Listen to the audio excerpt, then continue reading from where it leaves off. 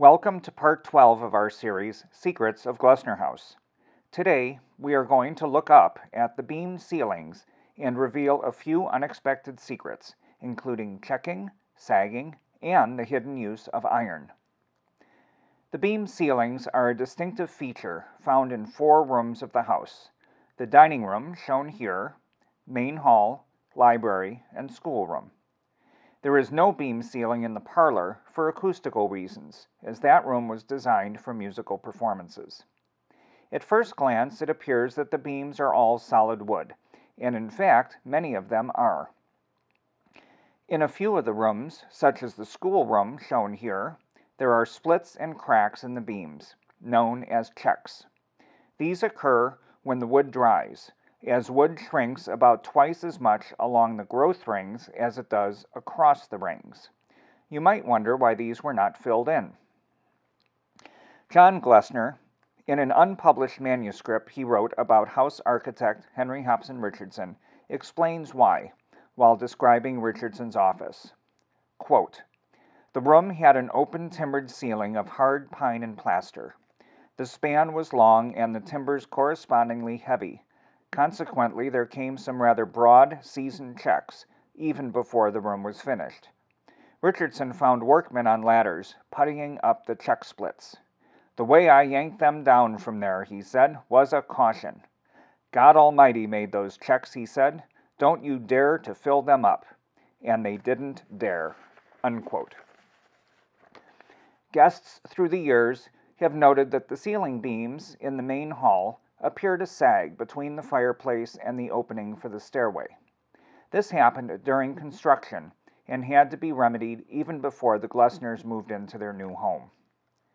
In Richardson's original plan for the main hall ceiling, you can see 2 parallel beams, marked number 1 and number 2, running east and west, with a shorter beam running north and south, marked as number 3.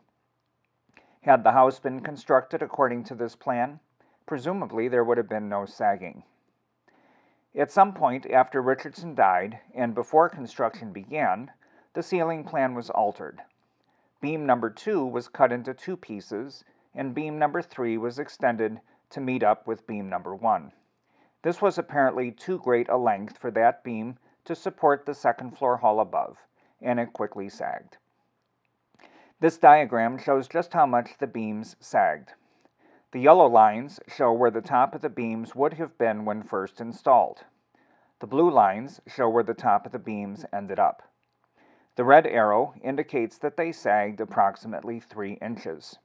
The floor above had to be removed and shored up to make it level.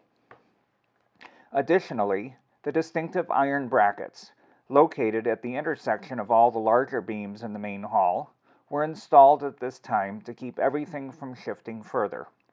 As far as can be determined, no further sagging occurred after these steps were taken. Solid timber beams are only functional to a certain length. As such, with the longer spans in Glessner House, iron beams are used.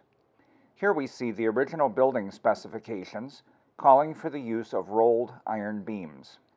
The beams are specified by their weight, ranging from 30 pounds all the way up to 170 pounds per yard. The heavier the beam, the heavier the load it could support. The iron beams were not meant to be seen. After the Glessners remodeled the coach house in the early 1900s, however, one of the support beams was uncovered when a wall was removed. Here we see the double I-beams side by side, as spelled out in the building specifications, connected with a 3/4 inch bolt. In the finished rooms of the house, the iron beams were concealed in hollow box beams that at first glance appear to be solid timber beams. If you look closely at the bottom of this beam in the library, however, you see the seam between the bottom piece of wood and the side.